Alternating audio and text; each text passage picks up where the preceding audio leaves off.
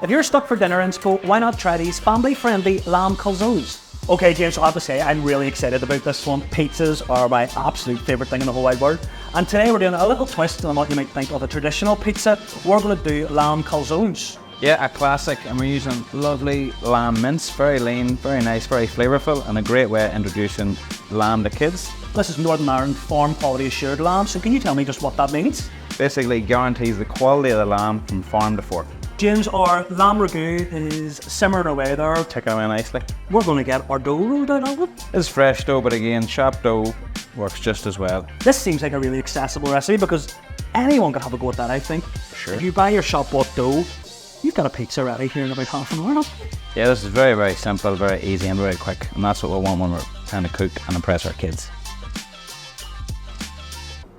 Cheers. Cheers. They are incredible. They are nice, yeah.